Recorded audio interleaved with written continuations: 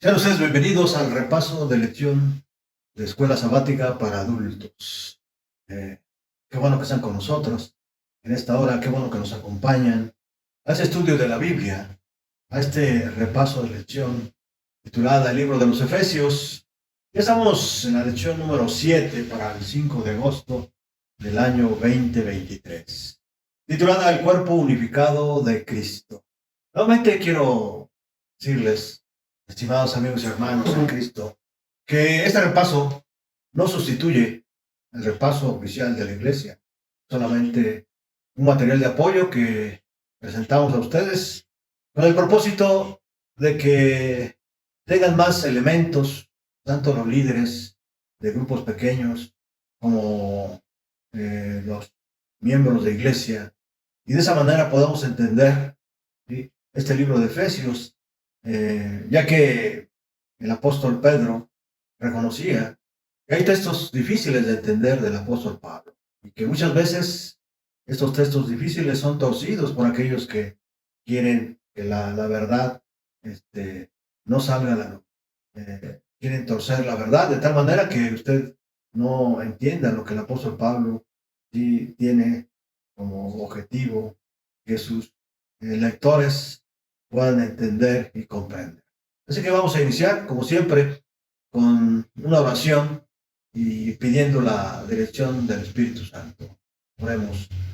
Bendito sea nuestro Padre que estás en los cielos, te alabamos, te glorificamos, Padre eterno, porque solamente tú lo mereces. Y te agradecemos y reconocemos que solamente tú mereces la suprema alabanza por los siglos de los siglos. Y te pedimos, oh Padre, en esta hora que perdones nuestros pecados, que la sangre de Jesucristo sea suficiente para ello.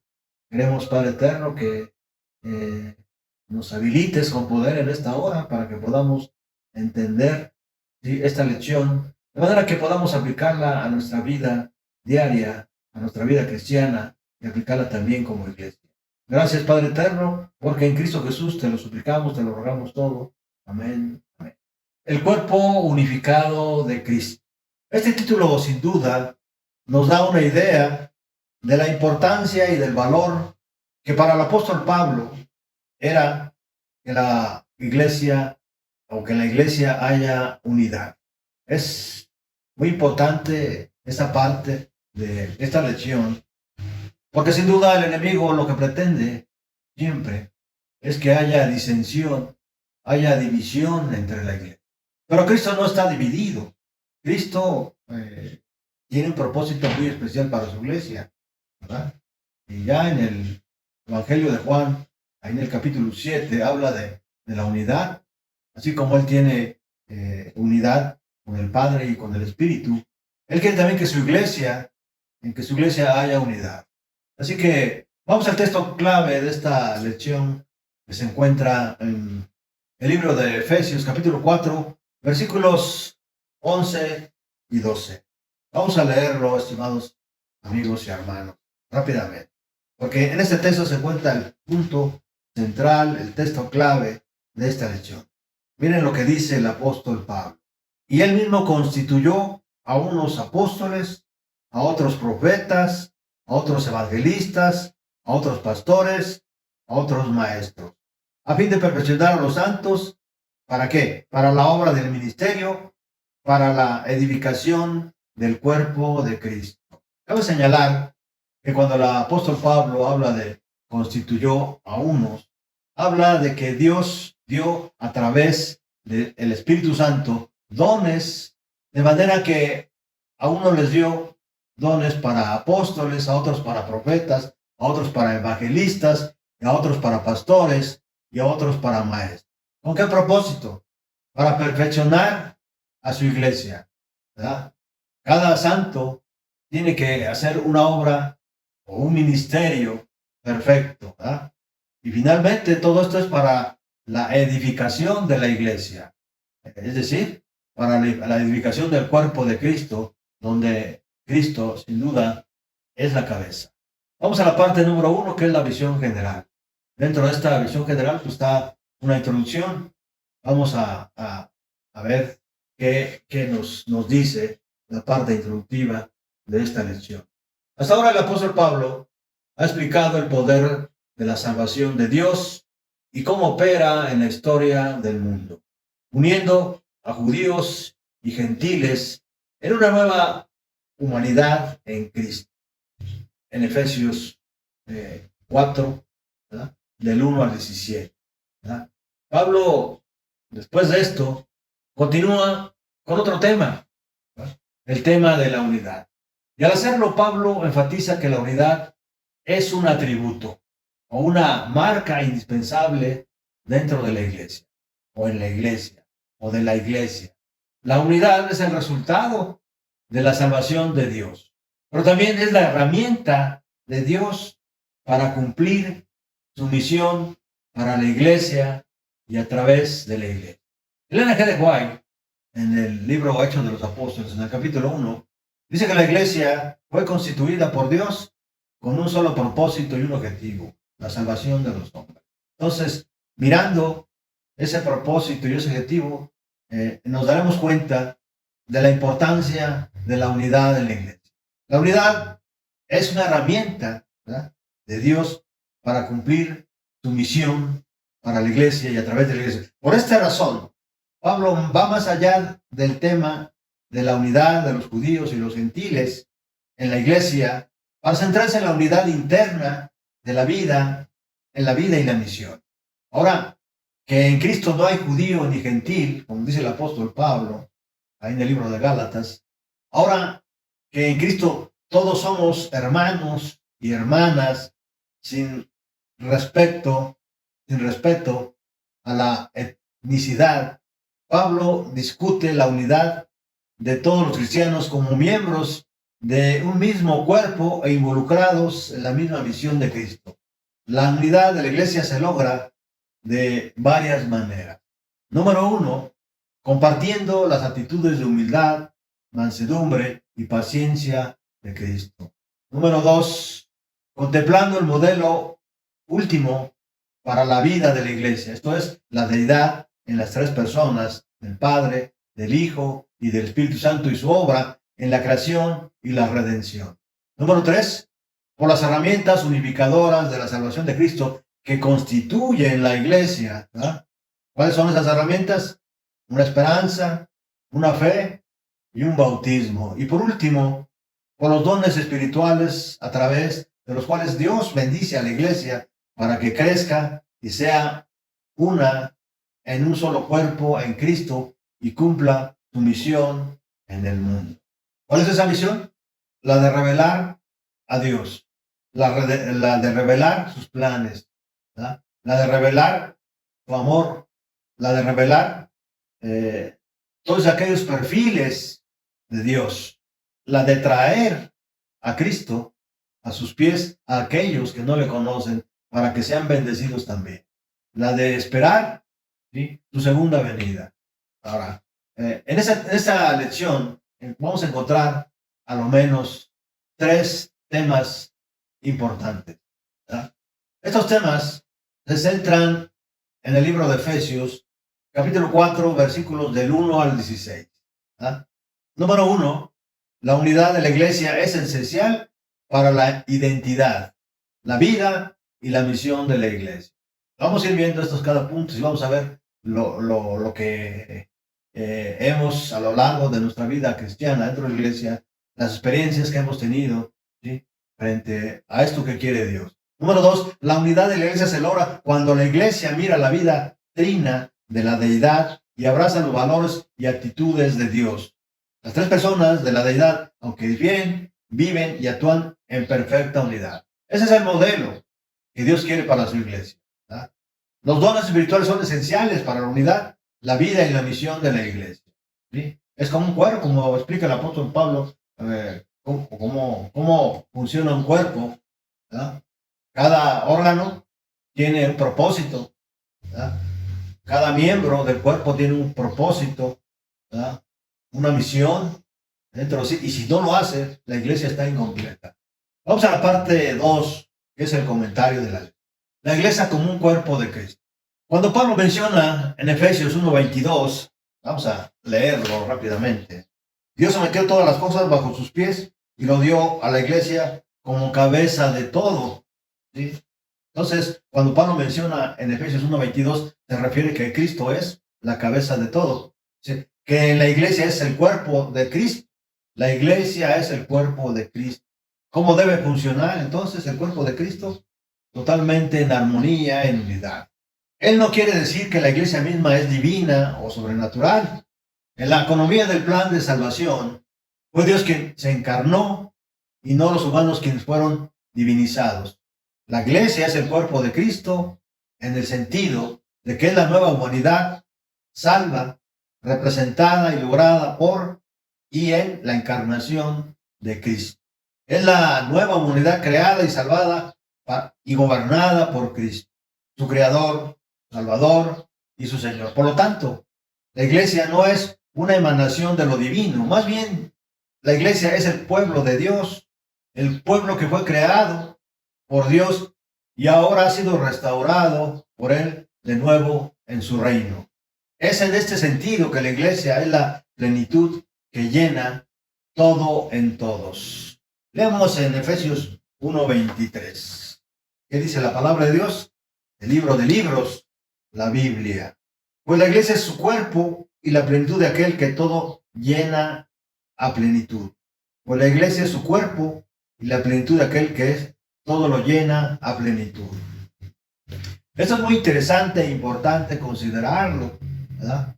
No es como nos han hecho creer algunas denominaciones, sobre todo la iglesia católica, que nos hace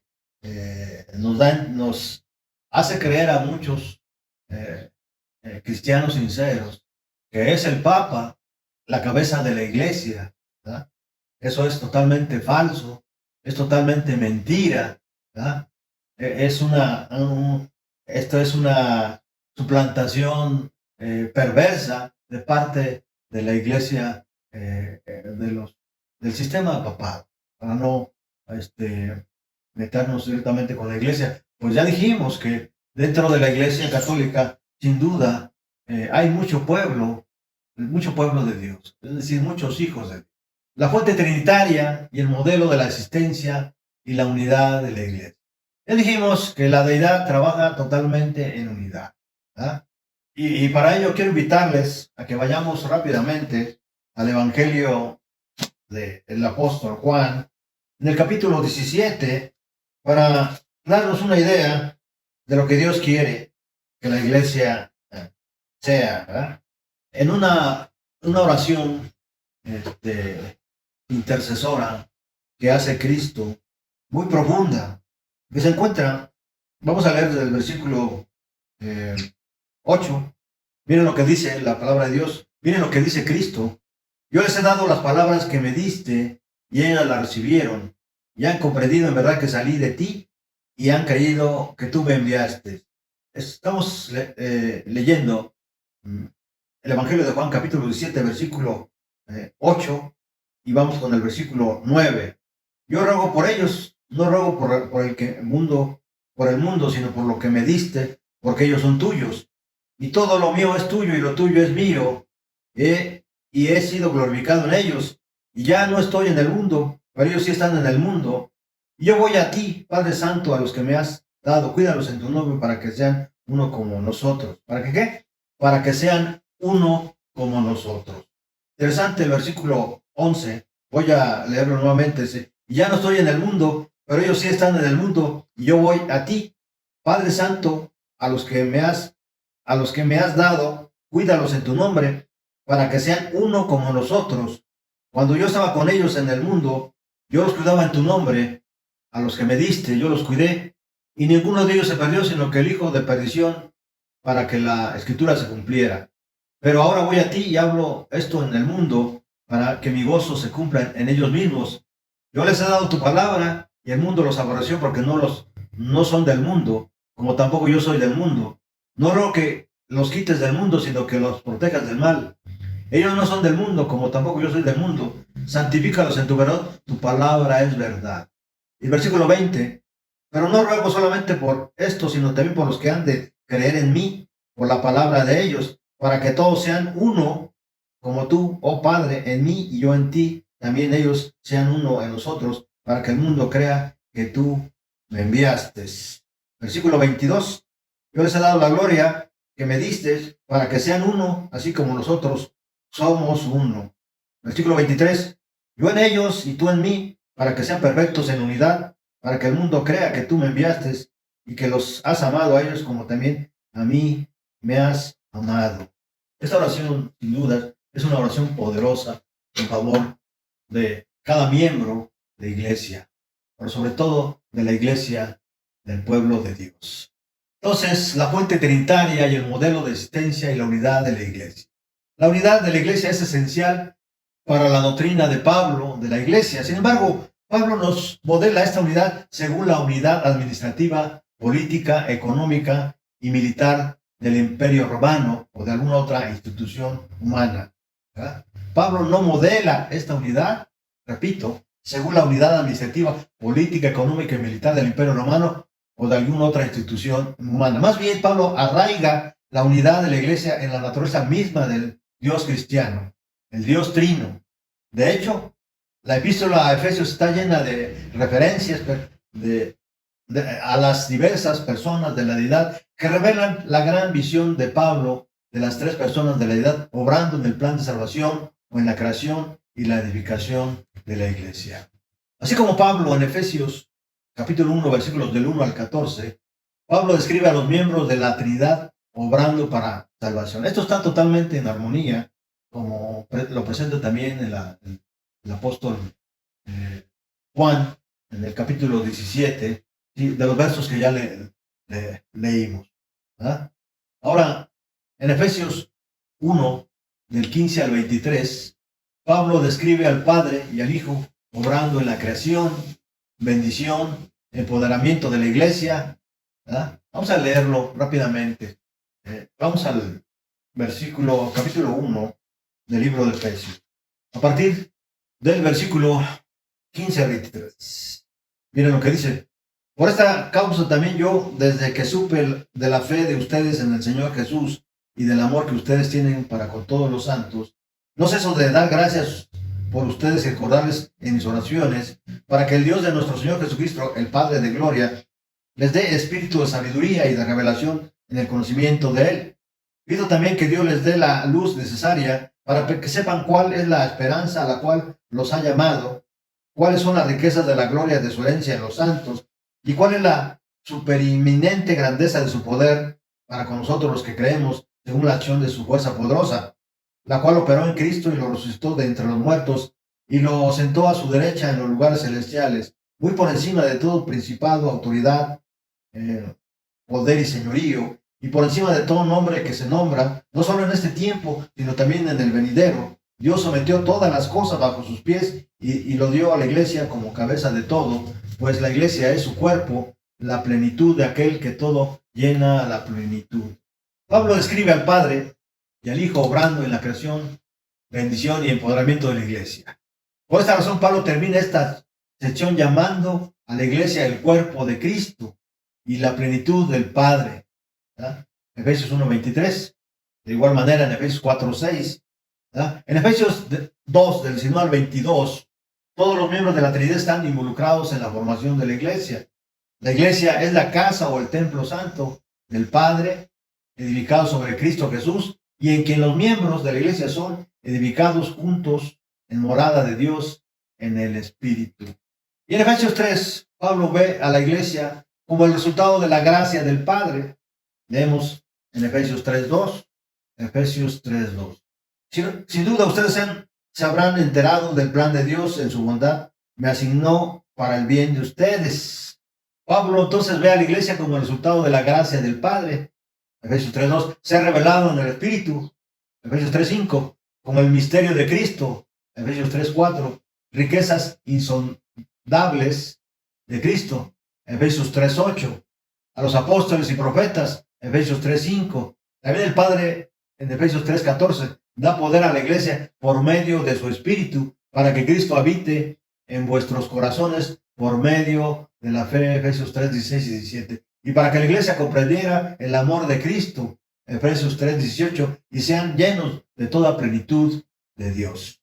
Y en Efesios 3:19, ¿no? Además, la iglesia es creada y unida por Dios porque su Dios es el Padre de toda familia del cielo y en la tierra. Efesios 3:14-15. Todos los seres en el universo toman su apellido porque Él nos creó a todos y en Él somos una familia. La familia universal de Dios. Somos parientes, no solo con todos los demás miembros de la iglesia en toda la humanidad, sino también con toda la población del universo. ¿Verdad? Leemos entonces Hebreos 12:22 y 23. Hebreos 12:22 y 23.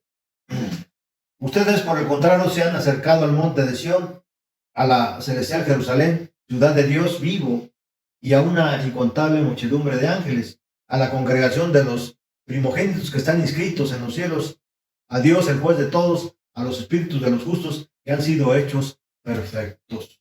Por lo tanto, mientras que Pablo se enfoca en la salvación y en la iglesia en la tierra, tiene cuidado de mantener su perspectiva cósmica que introdujo al escribir sobre los lugares celestiales en Efesios 1. En Efesios 4, Pablo lleva a un clímax su gran desarrollo de la doctrina de la iglesia como creada y unida por y en la deidad. Pablo declara que la unidad de la iglesia es, de hecho, la unidad del Espíritu. Efesios 4:3. Vamos a leerlo para que podamos corroborar lo que estamos diciendo. Efesios 4:3. Procuren mantener la unidad del Espíritu en el vínculo de paz. La unidad del vínculo de paz. ¿Ah? De una manera bastante poética, el apóstol les dice a sus lectores que esa unidad está esencialmente relacionada con todas las personas de la deidad. Somos un solo cuerpo porque hay un espíritu que nos llamó en una sola esperanza. Leamos el versículo 4. Así como ustedes fueron llamados a una sola esperanza, hay también un cuerpo y un espíritu. De la misma manera, en nuestro único Señor tenemos una fe, un bautismo. Leamos el versículo 5. Un Señor, una fe y un bautismo. En esta última instancia, la iglesia está unida porque tenemos un Dios y Padre de todos los que están sobre todos, a través de todos y en todos. Leamos el versículo 6. Y un Dios y Padre de todos, el cual está por encima de todos, actúa por medio de todos y está en todos. Vamos a leerlo nuevamente. Y un Dios y Padre de todos, el cual está por encima de todos, actúa por medio de todos y está en todos. Por lo tanto, la iglesia existe porque Dios nos creó y nos llamó. Además, la iglesia existe como un cuerpo unido porque el Dios que la creó y lo llamó es uno. 3 personas, pero un solo Dios. La iglesia no puede existir sin Dios. La iglesia no puede existir si no es una. Y la iglesia no puede ser una si no está arraigada en la enseñanza bíblica de un Dios en 3 personas. ¿Verdad? Y aquí me detengo tantito al analizar esto que dice la lección. La iglesia no puede existir si no es una. ¿Verdad? Hoy en día pareciera que existen diferentes pueblos de Dios, ¿verdad? O al menos una iglesia se atribuye como iglesia madre, ¿verdad? Una iglesia que quiere hacer el papel de Cristo, quiere formar a través del ecumenismo, ¿verdad? Un solo redil y que haya un solo pastor, pero ese pastor sin duda no es Cristo, ¿verdad? Es importante que podamos entender esto, ¿verdad? Dios quiere que la iglesia sea una, porque la iglesia no puede existir si no es una. Está la iglesia de los musulmanes, está la iglesia católica, romana, está la iglesia protestante, y de la protestante se derivan muchas iglesias, incluyendo nuestra iglesia, Iglesia Adventista del Séptimo Día, la iglesia de Dios del Séptimo Día, los pentecostales, la iglesia metodista, luterana, anglicana, bautista, en fin, muchas iglesias. Cada iglesia tiene sus propias doctrinas que la diferencian. Sin embargo, ya leímos en el Evangelio de Juan cuál es la voluntad de Dios con respecto a la iglesia y su misión. Ya leímos en esta lección lo que dice el apóstol Pablo acerca de la iglesia y su misión y cómo los dones espirituales juegan un papel importante para que la unidad en la iglesia sea una realidad. La iglesia no puede existir si no es una, y la iglesia no puede ser una si no está arraigada en la enseñanza bíblica de un Dios de 3 personas. Eso es fundamental, ¿verdad? Esta segunda parte. La iglesia no puede ser una si no está arraigada en la enseñanza bíblica de un Dios en 3 personas. Yo creo que está claro hasta aquí, ¿no? Los dones espirituales, la existencia, la unidad y la misión, ¿verdad? No puede existir una iglesia si no está en la verdad. Por eso leímos ahí en el Evangelio de Juan, al hablar de la oración sacerdotal de Jesús, que dice Jesús: santifícalos en tu verdad, tu palabra es verdad. Santifícalos en tu verdad, tu palabra es verdad. Ahí en el versículo 17. ¿Ah? En el versículo 18, tal como tú me enviaste al mundo, así yo los he enviado al mundo, y por ello yo me santifico a mí mismo, para que también ellos sean santificados en la verdad.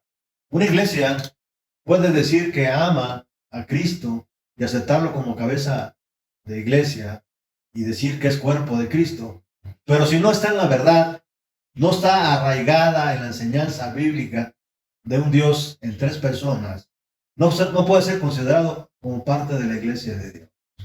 Después de sentar las bases teológicas para la existencia y la unidad de la iglesia en el Dios Trino, en Efesios 4, Pablo explica de una manera más práctica cómo la iglesia es el cuerpo de Cristo y cómo el Espíritu Santo opera en esa unidad, ¿verdad? Para hacerlo, Pablo vuelve a un conjunto de temas en Efesios 1, la ascensión de Cristo al trono de Dios, en el versículo 20, su exaltación en el versículo 21 y 22, y al estatus de cabeza de la iglesia, su cuerpo, en los versículos 22 y 23. Al estatus de cabeza de iglesia, su cuerpo, y la bendición de la iglesia con toda bendición espiritual en los lugares celestiales. Efesios 1:3. Estas bendiciones fueron bendecidas de gracia para la salvación de Cristo, para la salvación en Cristo, perdón. Redención por medio de su sangre, perdón de pecados, versículo 7, revelación del Evangelio de Cristo, en Efesios 1:7 al 13, y la fe, en Efesios 13 al 15. Y en Efesios 4, el apóstol Pablo sigue un patrón similar para explicar que Cristo ascendió, Efesios 4:8, y fue exaltado, Efesios 4:10, ser cabeza de la iglesia en Efesios 4:15, es decir, su cuerpo, en Efesios 4:16, Cristo dio dones a su pueblo, Efesios 4:8, estos dones se llaman dones de Cristo y también están asociados con la gracia. A cada uno de nosotros se nos dio la gracia según la medida del don de Cristo en el versículo 4 del capítulo 7 de Efesios. Sin embargo, estos dones no son bendecidos para salvar pecadores, como en Efesios 1, sino más bien bendiciones o dones que dan poder para la constitución, unidad y misión de la iglesia. Pablo identifica esos dones como apóstoles, profetas, evangelistas, pastores, maestros. Efesios 4:11. En otra parte, Pablo los llama dones de gracia, charismata. Leamos Romanos capítulo 12, versículos 6 y 8, del 6 al 8. Ya que tenemos diferentes dones, según la gracia que nos ha sido dada, si tenemos el don de profecía, usémoslo conforme a la medida de la fe. Si tenemos el don de servicio, versículo 7, sirvamos. Si tenemos el don de la enseñanza, enseñemos. Si tenemos el don de la exhortación, exhortemos. Si debemos repartir, hagámoslo con generosidad. Si nos toca presidir, hagámoslo con solicitud. Si debemos brindar ayuda, hagámoslos con alegría, ¿verdad? También le llama dones del Espíritu. 1 Corintios 12:1, dado y distribuido por el Espíritu Santo. 1 Corintios 12:4, 7 al 11. A los miembros del cuerpo de Cristo. 1 Corintios 12 y 13. En Efesios 1 y 4, diferentes aspectos de la iglesia, mientras que en Efesios 1 el apóstol habla de la salvación de los seres humanos, en Efesios 4 habla de la existencia. unidad y misión de la iglesia. Por eso, en Efesios 4, el Señor Jesús, resucitado y ascendido, Efesios 4, del 8 al 10, da a cada miembro de iglesia gracia según la medida del don de Cristo. Efesios 4, 7. El dar o la gracia es una asignación aquí, y no, Efesios 4, 11, y no la gracia de la salvación o el perdón. Es el don de equipar a los santos. ¿Cómo? Es el don de equipar a los santos para la obra del ministerio, para la edificación del cuerpo de Cristo, como ya leímos en Efesios 4, 12. Sí, la iglesia está constituida por personas individuales que fueron salvas, pero la salvación es solo el comienzo de la vida que Dios prevé para su iglesia. Dios crea una nueva humanidad, su pueblo, y esta nueva humanidad está constituida o construida por el Espíritu a través de la gracia. Efesios 4:7, a través de la carismata o dones, el Espíritu obra en la iglesia hasta que todos alcancemos la unidad y la fe y el conocimiento del Hijo de Dios. Ahí, Efesios 4:13, o en otras palabras, hasta que todos maduremos a la medida de la estatura de Cristo, Efesios 4:13, que es la cabeza de la iglesia, Efesios 4:15. Hay por lo menos, al menos varias conclusiones e implicaciones importantes que podemos sacar de la teología de Pablo de la iglesia en Efesios 4. Primero, la iglesia no es una organización humana construida y sostenida por humanos y para propósitos humanos. Más bien, la iglesia es creada, sostenida y guiada en su visión por Dios mismo. Segundo, reflejando la imagen de Dios Trino, la iglesia está y debe estar unida. En su oración sacerdotal, como ya leímos en el capítulo 17 del Evangelio de Juan, Jesús suplicó al Padre que la iglesia sea toda una, así como tú estás en mí, yo en ti, para que el mundo crea que tú me enviaste. Juan 17:21. Y tercero, esta unidad no es el producto de la voluntad humana o el genio, sino la obra del Padre, Cristo Jesús y el Espíritu Santo que obra a través de la iglesia. ¿Qué necesitamos para que esto pueda ser una realidad? Permitir que el Espíritu Santo trabaje, permitir que el Espíritu Santo nos dirija, nos muestre, nos revele las cosas, nos lleve a toda verdad. Permitámoslo que el Espíritu Santo haga ese trabajo que Dios quiere para su iglesia. Número 4, este es quizá el último punto, ¿verdad? El Dios Trino obra la unidad y el crecimiento en la iglesia a través de los dones espirituales. Por lo tanto, los dones espirituales no son un programa opcional de la iglesia para ser utilizado cuando los miembros de la iglesia consideren necesario. Más bien, los dones espirituales son la forma en que Dios constituye, sostiene y guía a la iglesia. Es importante notar que cuando se habla de la esencia y la unidad de la iglesia, Pablo no propone una estructura jerárquica y sacramental del gobierno de la iglesia. Más bien, mientras promovía una buena organización de la iglesia, el apóstol veía la fuente de la asistencia, unidad y misión de la iglesia como arraigada en el Dios Trino, que es la cabeza de la iglesia, y de los dones espirituales que él otorgó para manifestar su presencia y la obra de la iglesia. Por último, teología bíblica, la deidad y los dones espirituales. Tan importantes para la teología bíblica son los temas de la deidad y los dones espirituales, que los adventistas del séptimo día los consideran en numerosas declaraciones de creencia. La deidad se discute en 5 creencias fundamentales, que discute la enseñanza bíblica del Dios Trino. Número 3, Dios el Padre. Número 4, Dios el Hijo. 5, Dios el Espíritu Santo. Y 10, la experiencia de la salvación, que discute la implicación de las 3 personas de la deidad en la salvación de la humanidad. La doctrina de la iglesia está ricamente articulada en 7 creencias fundamentales. Número 12, la iglesia. Número 13, el resto y su misión. Número 14, unidad en el cuerpo de Cristo. Y número 15, bautismo. 16, cena del Señor. La doctrina 17, dones espirituales y ministerios. Y por último, la doctrina 18, el don de profecía. Vamos a la parte última de este repaso de lección, que es la aplicación de la vida.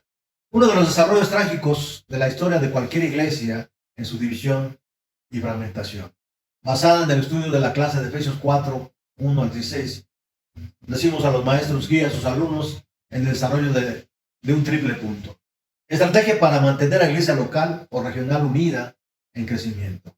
Número 2, ¿cuál es la comprensión de sus estudiantes, la relación entre la propia conversión, la pertenencia a la iglesia como el cuerpo de Cristo y los dones espirituales? Número 3, dirija su clase en una discusión de la siguiente pregunta. ¿Cuándo fue la última vez que has pensado en ti mismo, en tu familia, en tu grupo de amigos o de su iglesia en términos de dones espirituales? Ahora, pregunte a sus estudiantes cómo piensan su grupo de escuela sabática o iglesia podría ayudar a promover mejor la idea de que los dones espirituales son el trabajo del Espíritu Santo en la iglesia. Pida a los miembros de la clase que identifiquen 3 formas en que el proceso de elección de la iglesia o liderazgo de la iglesia podría promover dones espirituales para proseguir el crecimiento de la iglesia, la unidad y misión. Por último, número 4, tal vez sería difícil inventar una herramienta para medir la humildad, gentileza y paciencia. Sin embargo, si tal medición, en caso de que existiera, ¿qué nivel de estos valores y actitudes hacen? ¿Los estudiantes piensan que tales dispositivos se revelarían en sus propias vidas? ¿O en la vida de sus amigos? ¿O en la vida de su iglesia? Preguntar a los miembros de clase deben pensar en 3 maneras de promover la verdadera unidad, valores de humildad y paciencia en sus propias vidas y en la vida de la iglesia que ayudaría a conducir una mayor unidad. Hasta aquí llegamos con este repaso de lección que sin lugar a dudas nos desafía para que de una vez por todas haya unidad en la iglesia, a través, tanto en la parte en espíritu y en la verdad. Es decir, si algún miembro, algunos miembros difieren de lo que la Biblia presenta como herramientas principales para que la unidad sea una realidad en su iglesia, pues se tiene que discutir, ¿sí? Se tiene que enfrentar, ¿sí? Con el propósito de que miembros o a cualquier miembro, ¿sí? No esté de acuerdo en esto. Necesitamos que haya unidad en nuestra iglesia para que como iglesia también nosotros promovamos esa unidad, ¿sí? No solamente en la iglesia, en la familia espiritual, sino también dentro de nuestra familia. Y de esa manera, ¿sí? Podamos ser testimonio para que las personas que están en el mundo o que están en otras iglesias, ¿sí? Puedan ver en nosotros a Cristo como cabeza de la iglesia. Hasta pronto y que Dios les bendiga abundantemente.